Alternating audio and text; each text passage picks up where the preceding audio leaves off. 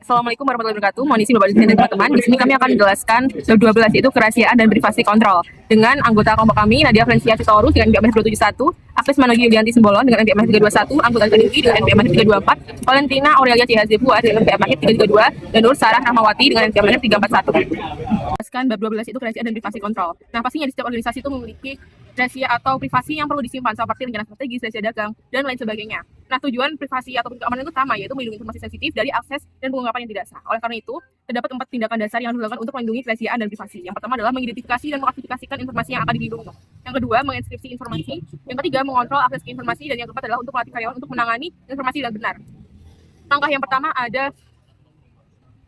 pertama adalah identifikasi dan klasifikasi informasi yang perlu dilindungi. Nah, ini tuh merupakan langkah yang mungkin terdengar mudah, namun dalam melakukan inventaris menyeluruh terhadap setiap penyimpanan informasi digital dan kertas itu memerlukan waktu dan biaya yang besar karena melibatkan pemeriksaan yang lebih dari sekedar sistem keuangan organisasi. Nah, setelah informasi yang perlu dilindungi tadi diidentifikasi, langkah selanjutnya adalah mengklasifikasikan informasi tersebut berdasarkan nilai bagi organisasi. Hal ini ditujukan pada COBIT 2019 A01 yang menunjukkan bahwa klasifikasi adalah tanggung jawab pemilik informasi, bukan profesional keamanan informasi. Karena hanya pemilik informasi yang memahami bagaimana informasi tersebut dapat digunakan. Proses klasifikasi ini sangat penting karena kami atau kalian itu harus mengetahui nilai informasi untuk menilai biaya dan manfaat relatif dari solusi alternatif untuk melindunginya. Yang kedua adalah melindungi informasi sensitif dengan enkripsi. Enkripsi adalah alat yang sangat penting dan efektif untuk melindungi kerahasiaan dan privasi. Merupakan satu-satunya cara untuk melindungi informasi yang sudah ditransmisikan melalui internet. Hal ini juga merupakan bagian penting dari pertahanan berlapis untuk melindungi informasi yang disimpan di situs web ataupun di cloud pemilik. Nah, menginskripsikan informasi pribadi pelanggan tidak hanya melindunginya dari pengungkapan yang tidak sah, tetapi juga untuk menghemat uang organisasi. Di sini banyak negara yang telah mengesahkan undang-undang pemberitahuan pelanggaran data yang mengharuskan organisasi untuk memberitahu pelanggan setelah kejadian apapun seperti kehilangan dan lain sebagainya, yang mungkin mengakibatkan pengungkapan informasi pribadi pelanggan yang tidak sah. Hal ini bisa menjadi mahal bagi bisnis yang memiliki ratusan ribu atau jutaan pelanggan. Namun, persyaratan pemberitahuan yang mahal ini biasanya dikesampingkan jika informasi pelanggan yang hilang atau dicuri telah dienkripsi. Namun, enkripsi ini bukanlah solusi yang benar-benar baik. Enkripsi hanya melindungi informasi yang saat disimpan ataupun ditransmisikan, bukan selama pemrosesan. Karena informasi yang harus dideskripsi agar dapat diproses. Dengan demikian, karyawan seperti administrator bisnis, basis data, dan analisis data yang program yang menggunakan informasi sensitif berpotensi dapat melihat informasi rahasia. Demikian pula, enkripsi disk penuh pada laptop hanya melindungi informasi sehingga seseorang beralih melakukan autentikasi dan masuk ke laptop.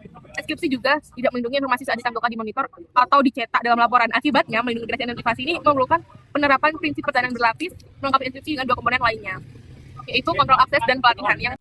Selanjutnya, mengontrol akses ke informasi sensitif. Organisasi harus melindungi informasi sensitif sepanjang siklus hidup informasi, dari pembuatan, penyimpanan, distribusi, hingga pembuangan. IRM atau Information Rights Management digunakan untuk mengontrol siapa yang boleh membuka file, menentukan apakah boleh membaca, mengedit, menyalin, mencetak, mengirim, dan membatasi akses dalam waktu tertentu.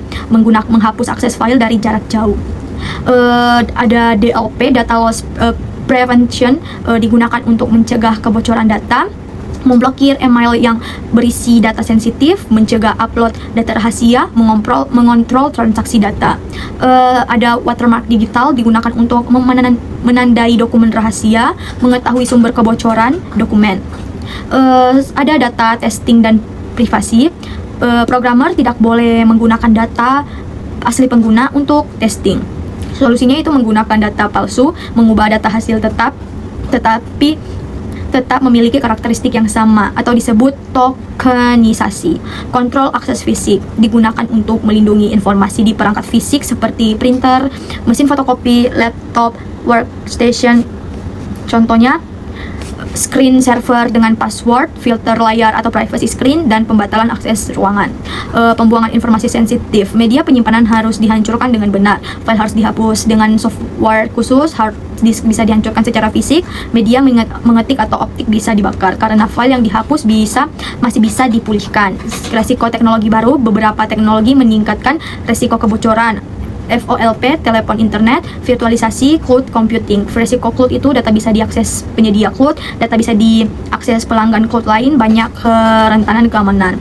Selanjutnya ada pelatihan karyawan, kontrol paling penting. Pelatihan harus mengajarkan pentingnya menjaga data sensitif, cara menggunakan enkripsi, tidak meninggalkan komputer tanpa logout, tidak membalas email sensitif ke semua orang, cara menangani laporan berisi data rahasia, kebijakan keamanan perusahaan. Karyawan yang terlatih dapat mengenali risiko, melindungi data, mengambil tindakan yang benar.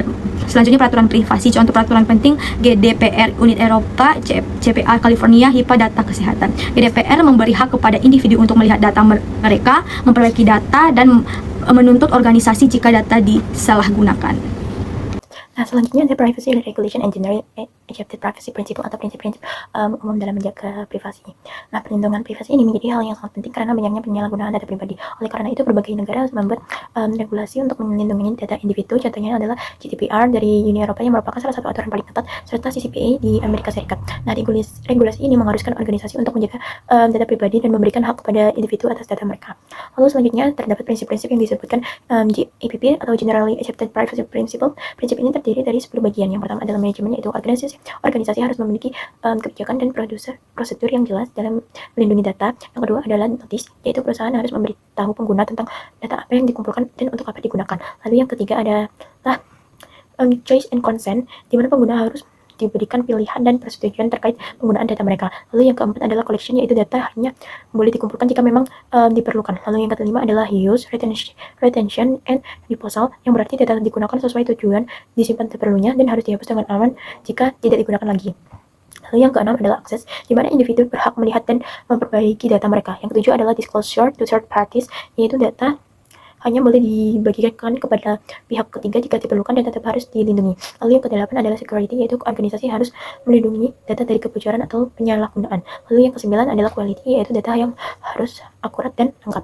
Dan yang terakhir adalah monitoring and enforcement, yaitu harus ada pengawasan dan tindakan jika terjadi pelanggaran. Nah, selain itu ada juga masalah yang terjadi, yaitu identity theft atau pencurian identitas. Hal ini terjadi ketika data pribadi seseorang digunakan tanpa izin. Nah, misalnya untuk penipuan atau pembukaan rekening palsu, dampaknya bisa sangat merugikan baik secara finansial maupun pribadi. Nah, untuk menjaga hal tersebut, kita harus lebih berhati-hati seperti tidak membagikan data pribadi sembarangan, menghancurkan dokumen penting, serta waspada terhadap penipuan melalui email dan telepon. Yang terakhir, yang selanjutnya ada konsep encryption atau enkripsi. Enkripsi adalah proses mengubah data menjadi bentuk yang tidak bisa dibaca oleh orang lain. Nah, data asli ini disebut plain text, sedangkan data yang sudah dienkripsi disebut ciphertext. Enkripsi sangat penting untuk menjaga keamanan data, baik saat disimpan maupun saat dikirim. Nah, kekuatan enkripsi ini dipengaruhi oleh beberapa faktor, seperti panjang kunci, algoritma yang digunakan, dan bagaimana kunci tersebut dikelola. Baik, di sini selanjutnya saya akan menjelaskan faktor-faktor yang mempengaruhi kekuatan enkripsi. Nah, ada 3 faktor utama yang menentukan kuat atau tidaknya enkripsi, yaitu panjang kunci, algoritma enkripsi, dan kebijakan pengelolaan kunci. Nah, faktor pertama adalah panjang kunci. Semakin panjang kunci yang digunakan, maka enkripsinya akan semakin kuat. Hal ini karena semakin sulit bagi penyerang untuk menebak pola atau memecahkan enkripsi tersebut. Nah, itulah sebabnya saat ini banyak sistem menggunakan kunci minimal 256 bit atau bahkan lebih panjang. Faktor kedua adalah algoritma enkripsi. Nah, algoritma ini adalah metode yang digunakan untuk mengamankan data. Algoritma yang kuat biasanya sudah diuji secara luas dan terbukti aman. Jadi, tidak disarankan membuat algoritma sendiri, melainkan menggunakan standar yang sudah terpercaya. Nah, faktor yang ketiga adalah kebijakan dalam mengelola kunci kriptografi. Ini sangat penting karena meskipun enkripsinya kuat, jika kuncinya bocor, maka data tetap bisa dibuka dengan mudah. Jadi, kekuatan enkripsi tidak hanya bergantung pada teknologi, tetapi juga pada bagaimana kunci tersebut dikelola dengan baik. Nah, selanjutnya di sini ada jenis-jenis sistem enkripsi. Yang pertama yaitu enkripsi simetris. Jenis pertama pada sistem ini digunakan satu kunci yang sama untuk proses enkripsi dan dekripsi. Jadi pengirim dan penerima harus sama-sama mengetahui kunci tersebut. Kelebihannya adalah prosesnya lebih cepat dan efisien, tetapi kelemahannya adalah kunci harus dibagikan sehingga ada risiko kebocoran. Yang kedua ada enkripsi asimetris. Jenis kedua ini berbeda dengan simetris. Nah, sistem ini menggunakan 2 kunci, yaitu kunci publik dan kunci privat. Kunci publik bisa dibagikan ke siapa saja untuk mengenkripsi data, sedangkan kunci privat digunakan untuk mendekripsi dan hanya diketahui oleh pemiliknya. Sistem ini lebih aman karena tidak perlu berbagi kunci rahasia. Nah, cara kerjanya yaitu jika seorang ingin mengirim data, mereka akan menggunakan kunci publik penerima untuk mengenkripsinya. Kemudian, hanya penerima yang memiliki kunci privat yang bisa membuka data tersebut. Selain itu, sistem ini juga bisa digunakan untuk memastikan identitas pengirim melalui tanda tangan digital. Nah, di sini ada risiko enkripsi. Meskipun aman, enkripsi tetap memiliki risiko. Jika kunci hilang, data tidak bisa dibuka. Jika kunci dicuri, data bisa disalahgunakan. Oleh karena itu, kunci harus disimpan dengan aman, dan biasanya ada backup untuk mengantisipasi hal tersebut. Jadi secara umum enkripsi simetris lebih cepat tetapi kurang aman dalam distribusi kunci. Sedangkan enkripsi asimetris lebih aman tetapi prosesnya lebih lambat. Jadi kesimpulannya yaitu kedua jenis enkripsi ini tentu memiliki kelebihan dan kekurangan masing-masing, dan dalam praktiknya sering digunakan bersama untuk mendapatkan keamanan dan efisiensi yang optimal. Nah, selanjutnya terdapat jaringan privat virtual atau VPN. VPN adalah teknologi yang digunakan untuk menjaga keamanan dan privasi data saat dikirim melalui internet. Jadi walaupun kita menggunakan jaringan publik seperti internet, data kita tetap aman karena sudah dienkripsi. Cara kerjanya yaitu sebelum data dikirim, data tersebut akan dienkripsi terlebih dahulu, lalu dikirim melalui internet dalam bentuk seperti terowongan aman.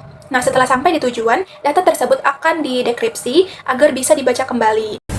Selanjutnya saya akan menjelaskan hashing. Hashing adalah proses mengubah data menjadi kode pendek yang disebut hash dengan panjang tetap menggunakan algoritma seperti SHA-256. Proses ini bersifat satu arah atau tidak bisa dikembalikan ke bentuk asli dan sangat sensitif terhadap perubahan kecil pada data.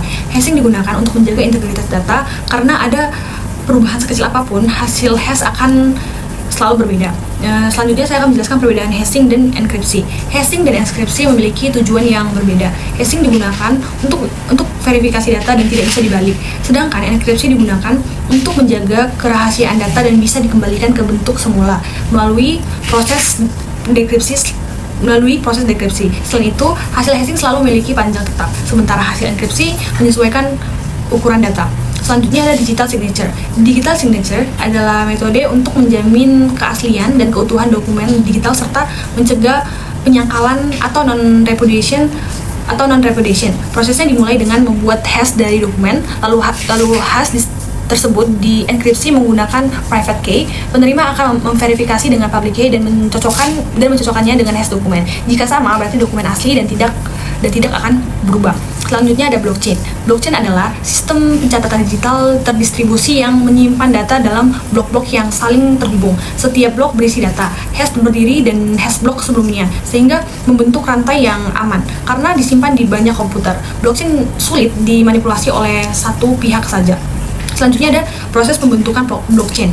Pembentukan blockchain dimulai dengan membuat hash dari setiap dokumen, lalu digabungkan hingga menjadi root hash. Selanjutnya dilakukan proses validasi atau mining, menggunakan nodes untuk menghasilkan hash tertentu sesuai aturan jaringan. Setelah valid, blok baru ditambahkan ke rantai dan disalin ke seluruh jaringan.